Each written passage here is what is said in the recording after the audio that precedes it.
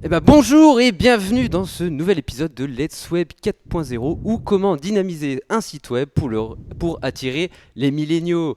Alors moi c'est Mathieu Xibitmur, je suis entouré du meilleur, j'ai nommé Julien Sulpice, applaudissez-le, allez, je veux entendre les applaudissements, oui c'est bien, merci pour lui. Merci pour lui. Et donc aujourd'hui, nous allons avoir affaire à une personne bien particulière, car c'est la seule à m'avoir contacté pour ce soir. Je vous lis son message. Attention, je vais faire une imitation, préparez-vous. Salut la compagnie, je m'adresse à vous car je m'appelle René Einstein et je suis le PDG d'une PME spécialisée dans l'audiovisuel. Ça s'appellerait peut-être Bedrock, je ne sais pas. Nous avons ouvert un site web juste avant l'éclatement de la bulle internet, permettant de choisir parmi une liste de films et de pouvoir les lire sans téléversement. Incroyable, ça s'est jamais fait. Mais force est de constater que nous avons une chute de consommation depuis l'apparition de ces nouveaux profils appelés millennials. Je ne sais pas vous, mais je ne vais pas vous cacher que côté finance, c'est chaud les marrons. Du coup, j'ai demandé à mon petit-fils de m'expliquer pourquoi mon site les intéressait pas, et voilà sa réponse. Mais il est cham de ouf ton site, papy. Je suis incroyable. On dirait un gros scam. Il faut que tu fasses quelque chose, sinon tu vas te choquer. Regarde la brigade d'adaptation des fontaines fossilisées, ils sauront quoi faire. J'avoue ne pas avoir trop compris ses dires, mais j'ai suivi ses conseils et je vous ai envoyé en PJ mon site. Pouvez-vous faire quelque chose? J'ai vraiment besoin d'exploiter ces millennials. Donc, allons voir Julien. Le meilleur. Salut Julien. Salut. Alors effectivement, Est-ce que tu as reçu la pièce j'ai jointe? reçu une application. Voilà ce qu'on m'a envoyé. Alors, Aïe. on peut dire que ça ne vend pas du rêve, hein. Alors, peut-être que ça aurait marché au début du web, hein, années 90, ça remonte un peu. Le web a un peu évolué aujourd'hui, les standards ont évolué, donc ça va pas très bien marcher, forcément. Alors, il faut reconnaître que ça marche bien. Ça, il n'y a pas de souci. On peut peut-être faire un tour des fonctionnalités. Vas-y, ouais, je veux bien. Donc comme tu l'as dit, en fait, on a une plateforme de streaming. Ça se voit peut-être pas forcément, mais on a au milieu une liste de films ou de séries. On a des petits boutons pour les ajouter à une liste ici, des boutons pour supprimer de la liste. On a au-dessus du tri. On peut trier la liste, et à gauche, des filtres. Donc je peux activer, voilà, faire une recherche sur certains films ou séries. Dommage, il marche bien pourtant. Hein. Tout ça marche bien, c'est vrai que c'est dommage, il y a juste quelques petites choses à faire, hein, pour améliorer tout ça, parce que c'est vrai que nous, à la BAF, on est ambitieux, hein, on vise le web 4.0, rien que ça. 3.0, c'est un peu dépassé. Hein, c'est donc, déjà has-been. on a un peu de trajet, je crois. Hein. On va proposer quelques trucs pour améliorer tout ça. Je crois que j'ai 2-3 idées là. J'ai quelque chose qui m'inspire. J'ai 2-3 petits trucs là. On commence. Je pense que déjà au niveau de la fonte, on peut faire quelque Allez, chose là. je te laisse. Du premier coup. Alors déjà, la première chose à faire qu'on pourrait améliorer, c'est un peu la fonte. Parce que bien sûr, la fonte en UI, en UX, c'est la première chose qui identifie votre site. C'est vraiment l'âme, le cœur, c'est exactement ce que vous voulez représenter. Donc il faut quelque chose qui représente un peu le côté vivant de ce que vous voulez faire. Donc là-dessus, il y en a une tripotée. Et la première question à se poser quand on doit choisir parmi toutes les fontes disponibles, c'est est-ce que c'est serif ou sans serif? Et en fait, on s'en fout complètement. Il faut le savoir qu'en fait, les études ont montré qu'en fait, il n'y a aucune meilleure lisibilité entre serif ou sans serif, sauf si vous êtes un très très jeune millénial et que vous apprenez à lire. Dans ce cas-là, la sans serif est un peu plus facile d'accès. Et si vous avez un petit peu de problème de lecture, si vous avez des problèmes d'accessibilité, ça peut vous aider à lire un peu mieux. Mais en vrai, dans les faits, ils ont regardé que vous lisez un tout petit peu plus lentement, mais ça change pas grand-chose. Ensuite, la première chose, c'est que votre site il soit lisible et qu'on puisse lire l'information rapidement. C'est le but d'un site web. Donc, ce qu'on peut faire déjà, c'est trouver le bon contraste. Utiliser une police trop noire et avec un fond trop blanc, c'est pas forcément, ça agresse un peu les yeux. Ou pareil, trop légère. Il faut trouver le bon contraste qui va bien. Donc là-dessus, un choix de couleur aussi sur votre fonte, c'est important. Autre chose basique, hein, mais sauf si vous êtes un boomer, dans ce cas-là, effectivement, vous allez écrire en vermage et vous allez exprimer toute votre haine et votre colère envers ces millennials sur Internet. Non, mais en fait, les études ont montré qu'il vaut mieux utiliser une accentuation et une police basique. Donc ça, je rappelle des bases, mais ça vous permet d'avoir une lecture beaucoup plus rapide que des caps lock de partout. Sachez, retenez-le parce qu'il y a beaucoup de sites où il y a beaucoup de caps lock de partout pour mettre tous les titres, tout ça, et c'est montré, c'était prouvé que c'est même plus long à lire qu'un titre sans caps lock. Ok. On voit ce que ça donne sur l'appli. Allez. Qu'est-ce qu'on peut faire? Parce que c'est vrai que là, en fait, on voit qu'on a la police par défaut, hein, du navigateur, donc la fameuse Times. Et c'est vrai que ça donne un petit peu l'impression qu'on ne s'est pas trop foulé pour en trouver une autre. Donc qu'est-ce que tu peux nous proposer pour changer? Bah, je vais essayer d'hacker un peu le site avec notre méga plugin qui est ça vachement c'est beau. fort. Ça, c'est quand même très très fort. Tu codes en live. Je code en live, attention. Tac, tac, tac, tac, tac, tac, tac. Pouf! C'est un magnifique. peu mieux déjà, Quel mais changement. on a juste changé un peu la police. Franchement, C'est un bon début. il y a des choses, mais je pense qu'on peut faire mieux. T'as pas une idée? Je pense qu'on a du chemin, mais c'est un bon début. Allez. Alors, c'est vrai que j'ai quelques idées. Là, on voit que c'est quand même un peu tout noir et blanc. Je pense qu'on peut, utiliser quelques touches de design pour améliorer tout ça. Il y a quand même un peu de bleu sur la gauche, quoi. Hein. Ah, il y a un petit peu de bleu. Ça doit être la couleur par défaut, peut-être aussi. Exactement. On va essayer de changer ça. Hop. Donc effectivement, en fait, le design, alors design d'interface, UI design pour les bilingues, design, ça va jouer en grande partie sur est-ce que les utilisateurs vont rester sur le site ou est-ce qu'ils vont aller voir ailleurs. Il suffit de pas grand-chose, hein, ça se joue assez vite, donc il faut y faire attention. Alors le mieux, c'est évidemment d'avoir des gens dont c'est le métier, des designers pour faire ça. Mais en tant que développeur, c'est intéressant d'avoir des bases pour soit mieux comprendre les designers, soit de pas faire n'importe quoi quand on n'a pas la chance d'en avoir. Donc on va voir quelques bases ici. Alors comme on vient de le dire, on peut commencer par trouver une couleur primaire pour l'application. Il y en aura plein d'autres, mais on va commencer par la primaire. Et on peut déjà voir que ce n'est pas un choix qui est anodin, parce que on voit ici que chaque couleur, elle est associée un petit peu à un sentiment, à une émotion. Alors il ne faut pas prendre ça au pied de la lettre, parce que selon les cultures, les endroits du monde, l'interprétation des couleurs peut changer. Donc ce n'est pas une vérité vraie, mais on peut partir de ça comme une base. On peut voir bien sûr tout ce qui est lié à la nature, ça va être du vert. Donc si on fait un produit axé sur l'écologie, on peut choisir des couleurs vertes. Si on fait quelque chose d'un peu plus dynamique, on peut partir sur les tons jaune-orange. On peut voir au passage pourquoi les écrans d'erreur de Windows sont bleus, couleur qui apaise, parce que s'ils avaient mis leurs écrans d'erreur en rouge, on jetterait le PC par la fenêtre. Donc le choix d'une couleur, c'est vraiment pas anodin. Une fois qu'on a choisi une couleur, encore faut-il l'utiliser correctement, parce qu'on s'en rend peut-être pas compte, mais le regard il est attiré vers les endroits qui ont de la couleur. C'est une histoire de contraste avec le reste de la page. Et donc là, on a envie de cliquer sur le bouton annuler. Encore une fois, c'est probablement pas ce qu'on veut. Donc on va plutôt mettre la couleur primaire sur les boutons sur lesquels on veut cliquer. Vous voyez que c'est vraiment pas anodin comme choix, c'est pas juste pour faire joli la couleur, il y a vraiment un impact derrière. Pour continuer, ce qu'on peut faire, on a vu sur l'application que tout est un peu serré, tout est collé au bord. En général, on va plutôt essayer de mettre de l'espace, alors à la fois autour du contenu, mais aussi entre les différentes sections, parce que il faut savoir que les millennials ne lisent pas les pages web entièrement. Ça, c'est ce qu'on veut croire parce qu'on se donne du mal pour les faire, mais en fait, ils les scannent très rapidement jusqu'à trouver quelque chose qui ressemble à peu près à ce qui les intéresse, et là, ils vont cliquer pour continuer la navigation. Et en fait, faire une page bien aérée, ça facilite le scan d'une page, c'est plus facile à lire. Pour continuer, ça sera la dernière petite base de design. On va essayer d'apporter un semblant de hiérarchie visuelle, ce qu'on appelle comme ça. Vous pouvez voir ici sur cette image qu'on peut vraiment guider le regard des utilisateurs pour les amener en priorité vers ce qui est le plus important et puis reléguer ce qui est moins important au second plan, s'ils sont toujours là, ce qu'on espère. Et si on ne sait pas où regarder, s'il n'y a pas de hiérarchie visuelle, on a un peu perdu et là, en général, on se barre, on ne reste pas sur le site. Donc il faut faire attention à ça. Je m'arrête là pour les bases. On regarde ce que ça donne. Faisons évoluer notre site. Raté, c'est pas ça.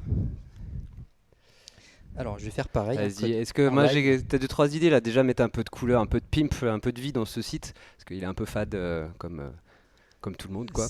Vas-y. C'est vrai, c'est un peu tout noir et blanc. Donc si j'active ma feature CSS, on a uniquement changé le style. Les fonctionnalités n'ont rien changé. On peut voir que c'est un petit peu, c'est un petit peu plus d'allure. Donc, on a changé la grille principale pour mettre des images. Encore une fois, c'est plus facile à scanner. On va plus facilement trouver un film avec une image plutôt qu'avec une liste de titres. On peut voir qu'il y a bien plus d'espace de partout. On distingue clairement les plusieurs sections dans les filtres là. On a de la couleur. On a choisi une couleur rouge pour la primary, puis la petite liste à droite. Voilà. Est-ce que ça marche toujours? Est-ce que ça marche toujours? Alors, je peux essayer. Alors, si on a du tri ici, ça a l'air de... Il y a des choses qui bougent. Voilà, ok. C'est pas mal, mais je suis presque un peu quand même sur ma faim parce que on progresse, mais Web 4.0, il en faut beaucoup. Quand même. On arrive à peine aux deux là, tu vois. Ouais. Quelque chose à faire. Moi, ce que je trouve un peu dommage, c'est que Voilà, ça manque un peu de trucs vivants, hein, trucs vivants. Ouais, Peut-être qu'on peut jouer un peu là-dessus, c'est parce un que peu là, tout statique, il n'y a pas ouais, c'est grand-chose ça. qui bouge. Peut-être on peut faire des petites animations là-dessus. Exactement. Donc le premier truc qu'on pourrait faire, c'est ce qu'on appelle des micro-interactions. Je sais pas si vous êtes enfin, vous connaissez ce terme-là, micro-interaction. En fait, c'est comment donner du feedback à votre utilisateur le plus possible. Donc, c'est utilisé de partout dans tous les réseaux. Donc, je vous ai mis ceux que j'espère que vous les reconnaîtrez. Mais en tout cas, c'est pour donner un peu de concret, donner du feedback à l'utilisateur. C'est utilisé pour plein de choses. Et l'intérêt, c'est de rendre le plus de choses dynamiques et le plus de choses vivantes. Et ça permet d'attirer plus l'attention et de capter l'attention de l'utilisateur et de capter sur des choses qui sont importantes et qui bougent au bout d'un certain temps.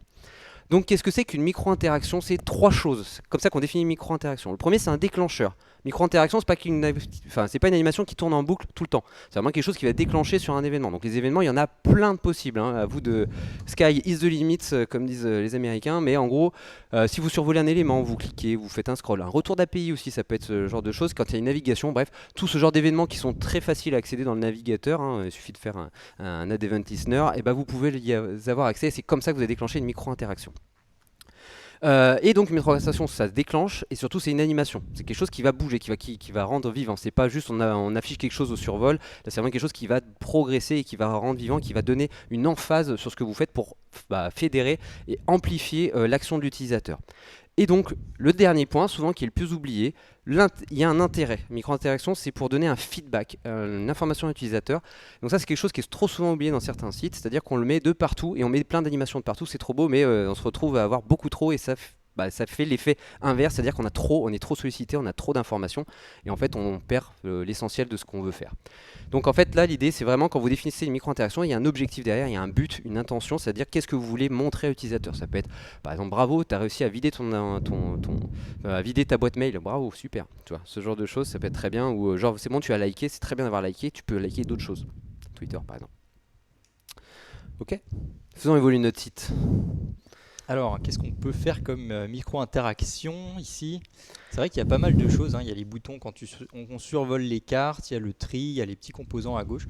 Pas mal d'endroits où on peut ajouter des petites micro-interactions. Si on active la feature, Ok, ça n'a pas qu'est-ce l'air qu'on a? d'être. Là pour l'instant, ça ne va pas du rêve. Mais, attention, Ah, bah c'est mieux là. là d'un coup, C'est plus fluide, c'est plus immédiat, ça arrive, c'est ça. ça arrive de manière plus fluide. Et puis on voit d'où ça vient aussi. Le petit bouton là, on voit qu'il vient d'en dessous et il arrive sur la carte quand on survole. Donc c'est beaucoup mieux. Et ce qu'on voit, c'est qu'il y a aussi un effet de double zoom. Je me suis en ai profité, c'est-à-dire que pour faire un effet de petit parallaxe, on a fait la carte zoom et enfin, elle s'agrandit un petit peu. Là, on voit légèrement qu'elle elle m'indique en gros, l'intérêt, c'est d'indiquer là où je suis, parce qu'effectivement, mon curseur, des fois, si je suis sur fond noir, je le vois pas forcément. Là, je vois l'élément que je sélectionne. Donc là, je zoome et l'image derrière le background, on le zoome aussi en même temps pour avoir un effet vraiment vraiment qu'on se sente dedans. Mais est-ce que j'ai fait que ça? Déjà, on voit une toute petite animation là-dessus. Si j'ajoute, pour l'instant, ça reste comme ça. On a 2-3 éléments, je peux encore supprimer. Mais sur les éléments à gauche, hop, Ah bah là c'est bien aussi parce qu'encore une fois on voit d'où vient la petite coche, on la voit se dessiner, quand on la décoche on voit qu'il se supprime, donc encore une fois ça aide à la compréhension, on comprend mieux ce qui se passe. c'est ça. Et souvent, ça attire aussi un peu l'attention si jamais vous faites un misclick ou que vous utilisez un bouton espace par défaut. C'est le genre de choses qu'on oublie. Donc là, pareil, hein, je me suis amusé. Pareil, sur les boutons, on a un tout petit peu d'effet. Mais voilà. Mais Super, je pense qu'on progresse, on n'est pas encore Web 4.0 hein, parce que les milléniaux sont quand même exigeants, il en faut beaucoup. Je pense qu'on peut continuer sur l'aspect animation. Là, on a fait au niveau micro avec les micro-interactions. Mais c'est vrai que si tu tries la grille, là, qu'est-ce qui se passe? En fait, on voit que toutes les cartes vont bouger, mais encore une fois, c'est immédiat. Et si on veut une interface qui soit un peu plus naturelle, plus fluide, il faut essayer de mettre de l'animation partout et d'avoir rien qui est immédiat. Parce qu'en fait, dans la réalité, il n'y a rien qui est immédiat. Il y a toujours, quand quelque chose bouge, il y a toujours une petite animation dessus. c'est ça. Ce qu'on pourrait faire, c'est essayer de faire une animation des cartes qui se bougent, qui bougent sur la grille quand on change le tri ou quand on fait une recherche, hein, c'est pareil. C'est une bonne idée. Ouais.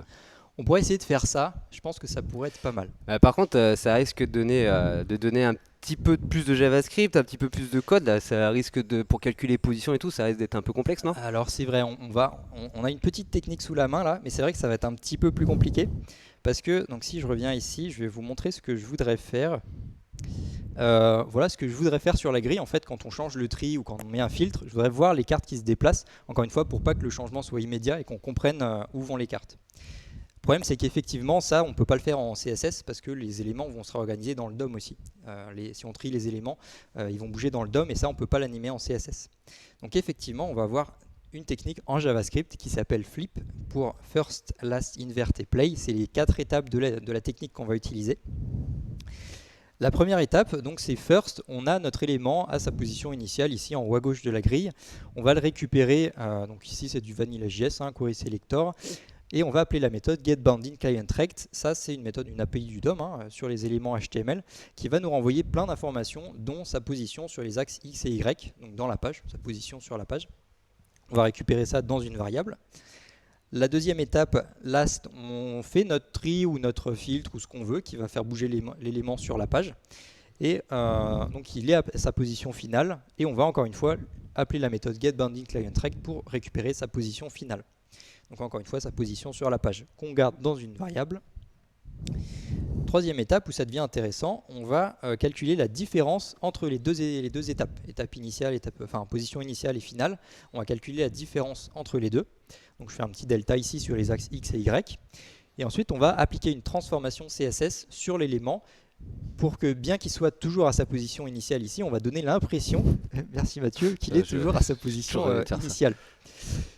Et la petite astuce, c'est que si on fait ces 3 étapes-là à la suite en JavaScript, le navigateur n'aura pas rafraîchi l'affichage. Je ne rentre pas dans les détails, mais en gros, le navigateur il vide la call stack JavaScript avant de rafraîchir l'affichage. Donc si on a au début l'élément ici, on fait notre tri et tout de suite après, on fait la transformation ici. À l'écran, on n'aura rien vu. C'est comme si rien ne s'était passé, alors que les éléments, ils auront été réordonnés. C'est ça l'astuce, parce que maintenant on se retrouve avec les éléments qui ont une transformation CSS. Donc pour finir l'animation, il suffit de supprimer cette transformation, cette translation ici. Et ça, on peut l'animer en CSS. Donc c'est ça la dernière étape. En fait, on va supprimer la transformation. Et ça, comme je vous l'ai dit, on peut l'animer en mettant une transition. Donc ça va nous donner cet effet-là. On supprime la transformation qui fait qu'on le ramène à sa position finale. Et donc on a terminé notre animation. Donc vous voyez, c'est pas si long, ça tient en une petite dizaine de lignes. Après, ce qu'on voit ici, c'est qu'on a mis du style inline sur l'élément. Donc pour nettoyer un peu tout ça, pour bien faire, il faut nettoyer, il faut retirer le style qu'on a mis sur l'élément. Déjà, c'est pas très propre, et puis ça peut être source d'erreur, surtout si vous avez d'autres styles inline, forcément il va partir avec. Donc c'est pas parfait comme technique. La bonne nouvelle, c'est qu'il y a une autre méthode pour faire ça. Avec la Web Animation API. Donc en fait, c'est toujours sur on a un élément HTML, on a une méthode animate pour faire une animation en JavaScript. Ça, c'est noté expérimental dans la documentation, mais en fait, la méthode animate, elle est bien supportée par les navigateurs, donc on peut l'utiliser sans trop de problèmes. Et en fait, on fait la même chose que ce que je vous ai montré avant. On a une animation avec 2 keyframes. D'abord, la translation pour la ramener à l'état initial, puis on supprime la transformation pour l'amener à l'état final, avec la durée et puis le easing. Donc c'est exactement pareil qu'avant, mais on n'a pas le problème du style inline. On n'a pas besoin de nettoyer à la fin, ça se fait mieux, quoi. Et c'est aussi plus cool, vous pourrez impressionner vos copains développeurs avec ça. C'est terminé pour cette méthode, on peut voir ce que ça donne. Allez, vas-y. Si j'active la feature, vas-y, code ta feature, celle-là. Exactement. Déjà, qu'est-ce que ça donne dans la galerie et à quoi ça ressemble? Si je filtre maintenant, on a donc là, comme je voulais le faire, on voit les cartes qui se déplacent. C'est plus immédiat. On voit que c'est quand même rapide, parce qu'il ne faut pas oublier que l'idée là, c'est pas de montrer que vous savez faire des super animations. C'était juste d'éviter que ça soit un petit peu quand même, on va pas se mentir. L'idée première, c'était d'éviter que ça soit immédiat. Donc il suffit de pas grand chose, c'est assez rapide, mais pour montrer le déplacement des cartes. Parce qu'il ne faut pas en fait qu'on attende l'animation. Si c'était trop long, quand on clique sur le tri, on attend que les cartes finissent de bouger. Ça, il faut vraiment éviter. Donc là, on a essayé de trouver un compromis. Ça marche de la même façon sur le filtre, c'est pareil. Qu'est-ce qu'on peut faire d'autre? C'est pas mal, mais ça manque encore un peu de peps, parce que si tu ajoutes une carte... Alors, je vais faire le ménage un petit peu. Les ménages J'ajoute ajoutent une une carte. carte, voilà, c'est pas. Ajoute-en plusieurs, tu vois, c'est fade, quoi. Il y a rien qui se passe, quoi. Moi, j'ai envie que ça peps, quoi. Ouais, c'est vrai. J'ai envie d'attirer les millénials, quoi. Je pense qu'on peut, en fait, l'intérêt de cette technique-là, c'est qu'on peut faire plein de choses avec. Donc je Ouais. pense qu'il y a des choses à faire, on peut continuer. Par exemple, c'est vrai que quand je supprime des éléments ici, eh ben, ça se fait de manière immédiate. Peut-être que je peux activer une feature Ouais, qui pour que ça permet. soit plus immédiat, justement. C'est Alors, ça, ouais. Parce qu'on voit qu'on a à peu près la même image, donc il y a peut-être un truc à faire. donc en fait, j'ai activé la prochaine feature qui fait que quand je supprime un Déjà. élément de la liste ici, Tac, déjà. et ben là, on J'ai a envie de tous supprimer les- des éléments, là, d'un coup. on voit les éléments qui se déplacent. Encore une fois, c'est plus immédiat. Hop, et on comprend ce qui se passe. On comprend que c'est les mêmes éléments, mais ils ont juste bougé parce que il y a de la place au-dessus, donc ils remontent un peu. On voit qu'il se C'est réduit, mieux. surtout. C'est mieux. Je pense qu'on peut encore faire des choses. C'est ça, ouais. Par exemple, quand j'ajoute, j'ai un effet, tu vois, wouah, je vais être puissant, quoi. Quand j'ajoute un truc, là, pour l'instant, ça juste ajoute et ça les déplace. Donc là, on a le même effet, mais inversé, hein. C'est-à-dire que dès qu'on ajoute, on supprime et c'est le même code à chaque fois, quoi. Alors, ouais, tu disais, donc quand j'ajoute une image. Bah, j'aimerais que, tu vois, ça fasse. Ah ouais, non, c'est vrai. Je sais pas si c'est très descriptif ce que je fais, mais C'est vrai qu'on a la même image ici sur la carte et l'image dans la liste C'est quand ça. on l'ajoute. On peut peut-être faire quelque chose, t'as raison. parce que ça reste Je flip, fais quoi. ça. Je peux jouer la taille initiale, la taille de base. Est-ce que je peux pas faire un On truc, peut à quoi. peu près tout faire avec Flip, hein. Hop, Surtout, quoi. j'active ma petite feature. Et là, donc quand j'ajoute une carte, là C'est beau. ça impressionne, hein. Là, Ça, on a c'est- envie d'ajouter plein de films à la liste. Là, je vais binge-watcher ce week. Donc effectivement, quand j'ajoute une carte, on voit l'image qui se déplace. Ça, c'est toujours Flip en fait. Il y a des petites subtilités, mais c'est exactement la même méthode. La première différence avec ce qu'on a fait avant, c'est qu'on a un changement d'échelle. C'est pas seulement quelque chose qui bouge, on a un changement d'échelle. Mais je vous ai dit tout à l'heure que la méthode getBoundingClientRect, elle en renvoie plein d'informations sur l'élément HTML, dont sa largeur et sa hauteur. Donc on peut de la même façon calculer la taille initiale et la taille finale, et puis animer. C'est la même propriété CSS, transform. C'est juste le scale du coup qu'on va animer. Mais c'est pareil. La deuxième différence, c'est que tout à l'heure, on avait un déplacement d'un même élément qui bougeait dans le DOM, alors que maintenant, c'est plus le même, parce que quand on ajoute une carte à la liste, elle est toujours là, la carte, elle n'a pas bougé. Donc, c'est pas le même élément qu'on va animer. Mais ça, c'est pas très gênant, parce que, vous vous souvenez, la première étape, first, on lit la position initiale, étape last, on lit la position finale, mais c'est pas obligé que ça soit le même élément entre les deux. C'est Donc, ça. il suffit de lire la position initiale dans la grille, la position finale dans la liste là-bas, et puis on fait l'animation entre les deux. Donc c'est à peu près pareil, ça demande un petit peu d'ajustement, mais ça marche C'est très ça. bien. Ce qu'il faut bien comprendre, c'est qu'en fait, ce qu'on fait, c'est que quand on ajoute la carte, l'élément il est vraiment dans le DOM, il est vraiment ajouté en haut de la liste. Simplement, c'est qu'il vu qu'il est, on inverse la lecture. C'est-à-dire qu'en fait, il est vraiment là dans le DOM, mais en fait, on va le transformer pour qu'il soit à l'élément. Oh, Peaky Blinders est méga loin. Qu'il soit là-bas.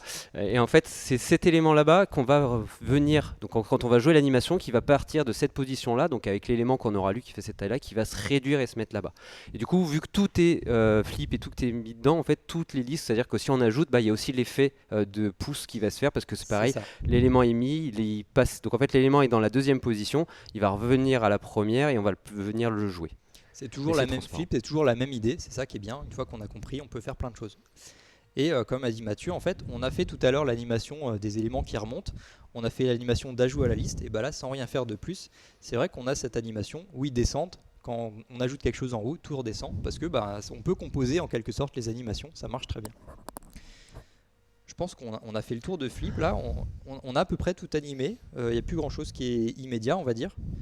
Je crois qu'on a fini tout ce qui est visuel, non? Ouais, mais Web 4.0 quoi. 4.0, ouais, on peut encore en rajouter, je pense. Je pense qu'il y a des choses qu'on peut rajouter. Est-ce qu'on peut encore aller plus loin? Comment le rendre Qu'est-ce que- encore plus Qu'est-ce que tu nous proposes pour aller plus sexy, loin? quoi. Il y a un truc, Il y a un là on moment, a on va y utilisé, on a un petit peu exploré un peu tous nos sens un peu visuels, un peu tactile avec un peu de feedback. Mais il y a un sens qu'on oublie, c'est l'ouïe. On pourrait utiliser un peu de son pour un peu pimper tout ça et rendre un peu plus notre site vivant. Vous allez me dire, oh là là, il va encore ajouter trop de trucs. Oui, c'est pas faux, mais vous allez voir qu'en fait, finalement, vous avez le nombre de sites qui utilisent le son. En fait, il faut savoir que le son est ultra utilisé dans plein de sites. C'est un design à part entière de votre API, de votre application, qui est souvent oublié parce que pour souvent des raisons financières, hein, on va pas se le cacher. C'est quelque chose qu'on met un peu, c'est moins important que certains, mais vous allez voir que certains sites qui ont le pognon, pour faire simple, de pouvoir se mettre un design d'UI, c'est très important. Donc en fait, un son dans un site, ça peut être sous trois formes. Le premier, ça peut être un son, un bruit. quelque chose qui se passe, un élément qui ont fait quelque chose, un bruit de froissement, ce que vous voulez. Bref, ça c'est un son, un bruit qui peut se passer. Ça peut être une musique d'ambiance. Bon, ça, là-dessus, je vais pas forcément me mettre, mais si vous allez sur Spotify ou votre appli web, vous avez un son, forcément, parce que c'est votre but. Mais il peut y avoir d'autres sites qui mettent une petite musique d'ambiance, une petite musique d'attente, et ça, c'est quelque chose qui est très important pour vous identifier. C'est-à-dire, dès que quelqu'un entend cette musique-là, paf, il pense à votre site. Bien sûr, le but, c'est de faire du marketing, hein. Et l'autre truc, c'est la voix. On l'oublie beaucoup, mais la voix, c'est un son qui est produit. Quand vous allez sur Twitch ou sur YouTube, il y a toujours une vidéo qui joue. Tout le temps, tout le temps. Le but, c'est d'avoir toujours un son, parce que le but, c'est de vous sentir obligé d'écouter, d'attirer votre attention, de capter votre attention pour vous retenir sur le site. Je vais y arriver. Donc en fait voilà, tout ça c'est vraiment des choses qui sont importantes et donc c'est ces trois formes-là qui sont surutilisées dans plein de sites et qu'on oublie souvent que c'est une marque identitaire de notre site. Ou la pub, hein, par exemple.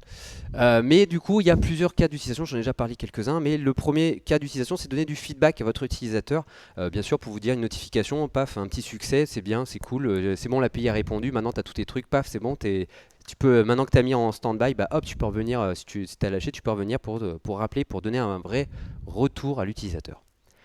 Ça peut être aussi de la décoration, c'est un bruit d'ambiance, un bruit de son, un bruit qui vous amplifie l'emphase que vous voulez faire, un bruit, vraiment un bruit ambiant. C'est vraiment pour décorer votre site. Donc là-dessus, c'est là où il y a peut-être le moins d'intérêt, à part pour favoriser votre marque et votre identité chez un millénial.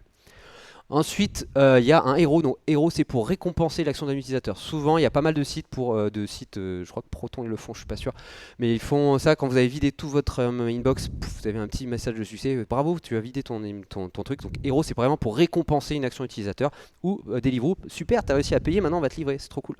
Ou pareil dans le feedback, c'est tiens, votre livreur va arriver et va vous donner un son. Et en fait, comme ça, ils savent très bien que vous n'allez pas rester une demi-heure à regarder ce que la personne s'approche, sauf si vous êtes vraiment énervé, hein, mais, j'avoue, c'est pas normal. Du coup, en fait, vous allez regarder d'autres onglets et d'un coup, dès que vous avez la notif, vous allez hop, regarder où il en est, où est-ce qu'il est prêt. Donc voilà, c'est vraiment le genre d'intérêt. L'alarme, donc là, c'est ce que j'ai dit aussi sur Deliveroo, c'est une alarme pour vous dire, hey, il y a quelque chose qui se passe. Oh, attention, il y a quelque chose qui se passe, quelque chose pour vous provoquer. Les applications mobiles l'utilisent à outrance, mais il y a beaucoup d'alarmes qui peuvent faire une notif ou un son ambiant, ça j'en ai déjà parlé. Ok, maintenant comment on fait ça en JS? Parce que bon, on est quand même au Lyon JS, hein. Comment est-ce qu'on fait tout ça? Eh bien, vous avez une API qui s'appelle l'Audio API qui est très supportée par tous les navigateurs. Donc je parle pas d'IE, on va arrêter quand même. Mais voilà, tous les navigateurs le supportent et en fait, elle est plutôt simple à utiliser, vous allez voir. Il y a des objets qui sont disponibles directement dans l'objet Windows, hein, donc vous n'avez pas besoin d'apporter une lib ou quelconque, c'est directement dans le navigateur. Donc comment vous faites? Vous instanciez un nouveau son audio, une nouvelle source audio, donc ça vient d'une API, ça peut venir de une ressource statique, bref, un son qui est supporté par le navigateur, donc il y en a quelques-uns qui sont supportés, sinon il va falloir que vous paluchiez un petit droit de licence et un petit driver dans le web, c'est un peu moins rigolo. Mais voilà, donc en gros MP3 ça marche très très bien. Vous ouvrez votre MP3 qui va bien et vous allez pouvoir modifier pas mal de choses. Donc vous allez pouvoir set le volume, donc c'est une valeur entre 0 et 1 qui vous permet de dire 1 c'est le son maximum, le 0 c'est dedans. Et donc on va pouvoir jouer sur le volume, le régler, on va pouvoir faire play et pause pour le lire et mettre en pause le son. Donc vous allez pouvoir contrôler vraiment la vitesse de lecture. Vous allez pouvoir aussi faire des fast sticks, faire un avance rapide devant, bien sûr revenir en arrière, le jouer en boucle. Bref, vous allez pouvoir tout configurer comme ça et c'est assez simple. Petite démo. Bon, on arrive au bout là, hein. Je crois qu'il n'y a plus trop d'images après. J'espère que... Je pense qu'on n'est pas loin de la fin. Alors, où est-ce qu'on pourrait mettre du son sur l'appli? C'est vrai qu'ici, on n'a pas vraiment de raison de mettre du son, on va dire notification, sans que l'utilisateur ait rien demandé. Ça va plutôt être en réponse à certaines actions du feedback, comme tu disais, Mathieu. Donc, et je code ça? C'est codé. Ça va vite, franchement, c'est pratique. Où est-ce que tu as rajouté du son? Alors déjà, on peut rajouter du son sur le tri. Alors, on a réglé le son? Peut-être pas.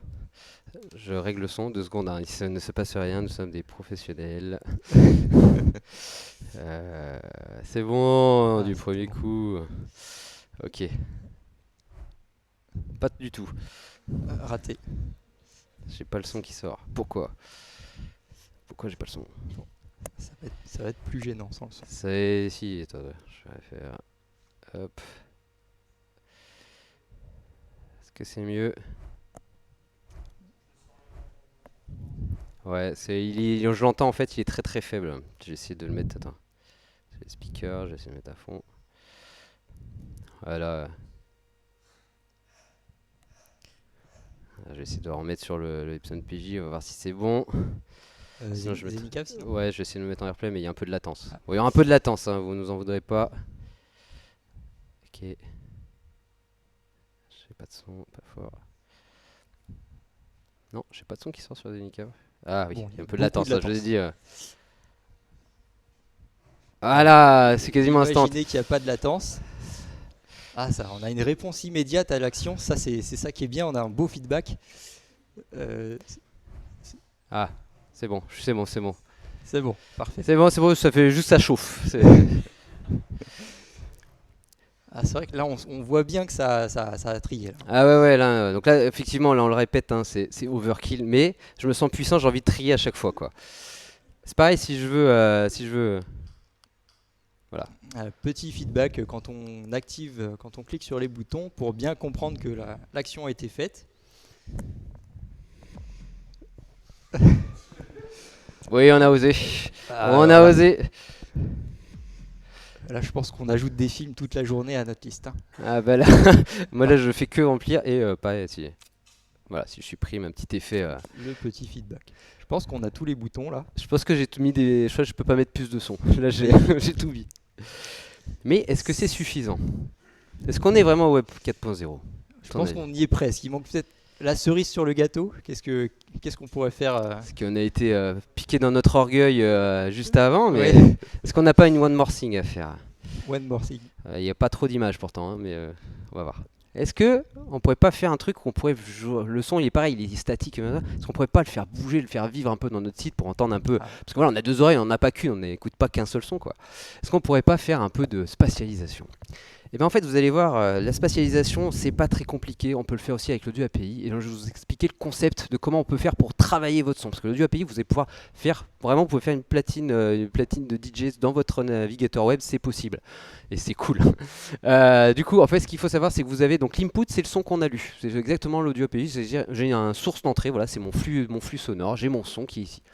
Dans ce son, je vais pouvoir lui appliquer un effet. Donc l'effet, je peux pouvoir lui dire, je vais pouvoir le dire gauche-droite, je peux lui faire un pan effect, ou alors je peux lui faire un peu de mixage, je peux lui faire un filtre passe-bas, filtre passe-haut, enfin bref, si vous êtes musicien, vous allez pouvoir faire pas mal de choses. Et ça, je vais du coup le brancher sur une sortie. Ok. Voilà. Ce concept-là, gardez-le bien en tête, ça va vous aider pour après. Comment on fait ça en code? Donc là, on retrouve bien sûr le sound qu'on a vu juste à présent. Là, on a vraiment notre objet qu'on a fait. Jusque-là, il n'y a rien de nouveau. Là, ce que je vais faire, c'est que je vais créer un audio contexte. L'audio contexte, c'est ça qui va me permettre de pouvoir jouer un petit peu avec mon audio, mon son. Donc, cet audio contexte, je lui dis, paf, tu mets en source le son. C'est la première étape. Pardon, voilà, c'est ça.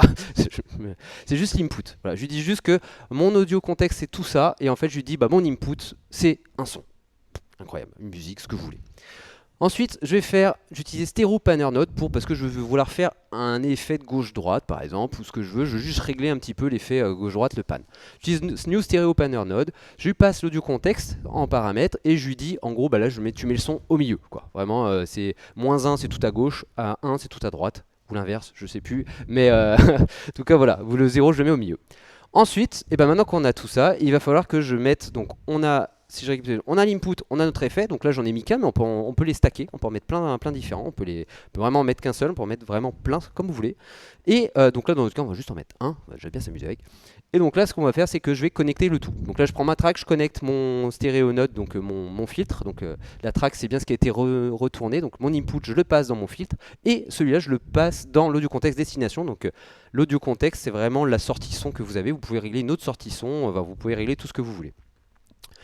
Maintenant j'ai ça, il suffit juste que je lise mon input et mon input va passer dans tout le pipeline et jouer exactement. Et là où c'est bon, c'est que le son, il y a pas mal d'événements. C'est du JavaScript, donc c'est l'événementiel.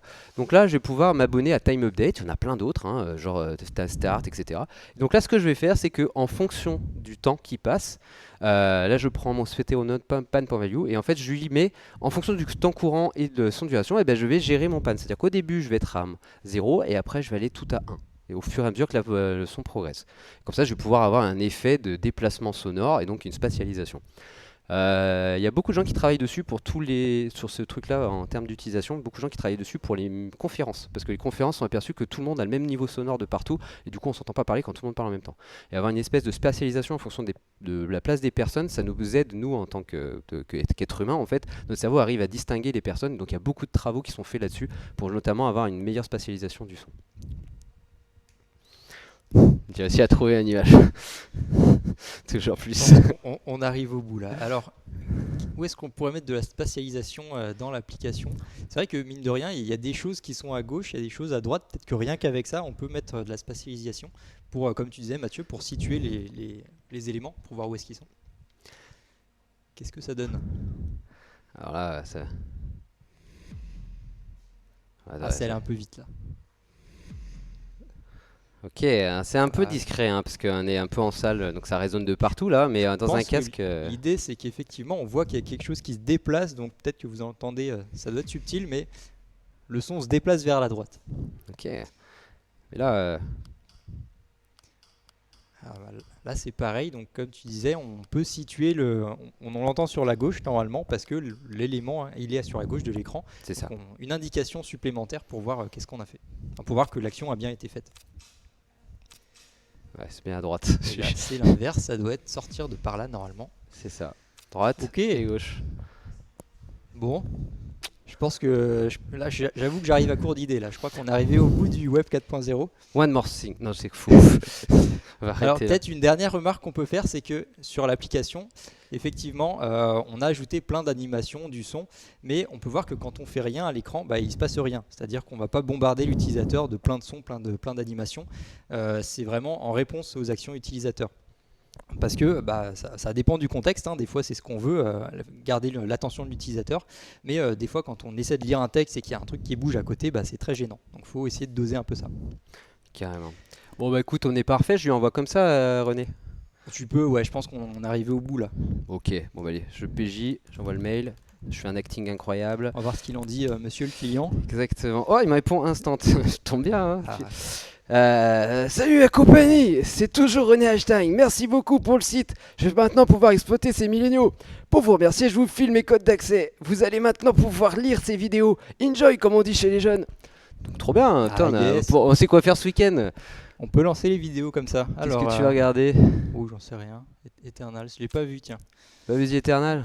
Allez, un petit bouton démarrer, on n'a pas testé la feature là. Ok, allez c'est parti. Qu'est-ce que ça fait? Ah, petite cassette. Ah merde, on aurait dû la précharger. Ça arrive, hein. T'as le wifi? Ça va venir. Est-ce que t'as le wifi? Allez, viens. Putain. Bon, non, t'as pas de wifi. Suspense. T'as J'ai pas envie de de le voir, wifi. Eternals, moi. Attends. Je vais le mettre sur Zenica Cam, hein, parce qu'il me casse les couilles. Ah, t'as pas le wifi. Link interne, tu veux pas? Il va pas se connecter au link interne, c'est pas grave, on va y arriver, hein. On va y arriver. Mais oui, Zenica, je veux voir, j'essaye. Ah, t'as pas fait le externe? Allez. Je ne sais pas. Attends, je vais mettre en Ponk. Vas-y, mets-toi en Pocket G. Putain, l'enfer. Alors, comment on peut meubler? Ah, c'est l'interne qui donne. Vas-y, rafraîchis la page. Attends, vas-y, on va recharger la page. Vas-y, ajoute. Oh là là, c'est beau, hein. Alors, ah oui, non, mais on a un petit peu régressé, mais je pense qu'il y avait un petit raccourci. Vas-y, est-ce que ça charge? Allez, s'il te plaît. Voilà. Incroyable, vous y attendez pas. Ok. Je m'attendais pas à ça. Eternals, je le vois. Ça a changé, hein. Ça. Vas-y. Bon, en tout cas, merci d'avoir suivi. Ça aurait dû être cette outro de l'enfer. Vas-y. On va se présenter quand même parce que bon, vous me connaissez moi. Donc moi c'est Mathieu, je suis CTO et consultant web à Zenica et je suis aussi membre organisateur du Launch.js et j'étais accompagné de Julien. Pareil.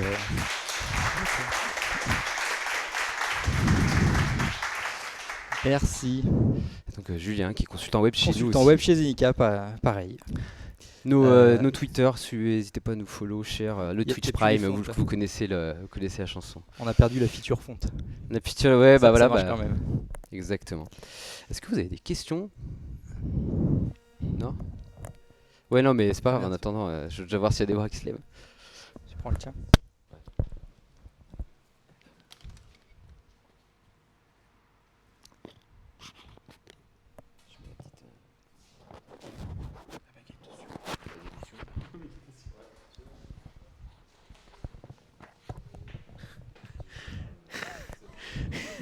Au début, tu avais des retours sur des chiffres, tu disais la police, ça change rien.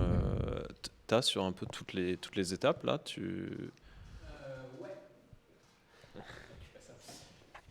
Ouais, alors en fait, on s'est vachement basé. Il y a une Material Design, notamment Material UI. Google, ils ont fait une grosse contrib sur tout le design. Il y a beaucoup de sites qui font ça, en fait, qui vous donnent pas mal de chiffres, pas mal d'infos. Sur les fontes, il y a pas mal. Enfin, alors j'ai pas les chiffres en tête là, comme ça, je les ai plus. Enfin, je les avais eu, mais il y a pas mal de sources qui en parlent justement sur. Il y a pas mal d'études dedans qui vous donnent toutes les polices exactement. Qu'en vrai, beaucoup de gens posent beaucoup. Il y a beaucoup de on-dit sur Internet et en fait qui sont faux parce qu'il y a des études à l'appui qui ont montré sur un pool de personnes qui d'estime qui ont fait ça. Sur le son, en fait, il y a très peu de sites qui le mettent, donc on n'a pas assez de stats pour savoir si ça attire. En tout cas, vu que tous les gros y sont mis et savent que ça donne une identité, en fait, c'est plus marketing, en fait, les impacts de son et de vivant, et c'est surtout l'objectif d'un site, c'est de capter l'attention en fait, hein. Maintenant, dans le monde web, pour exister, il faut que tu te différencies, vu que tu as beaucoup de sites. Et pour te différencier, soit tu te différencies par tes fonctionnalités, soit quand tu fais les mêmes fonctionnalités que tout le monde, genre par exemple du streaming ou ce genre de choses où beaucoup de gens en font. J'ai rien contre Bedrock, hein. Mais euh, du coup, non, mais en fait, c'est juste que pour se différencier, il faut arriver avec d'autres choses. Et donc, le son, la marque visuelle, l'empreinte, les micro-interactions, tout ça, ça joue énormément. Est-ce que j'ai répondu à partie à ta question? Non, c'est tout bon? Vous avez soif? Eh bien, merci à tous. En tout cas, merci d'avoir écouté, c'était cool. Merci.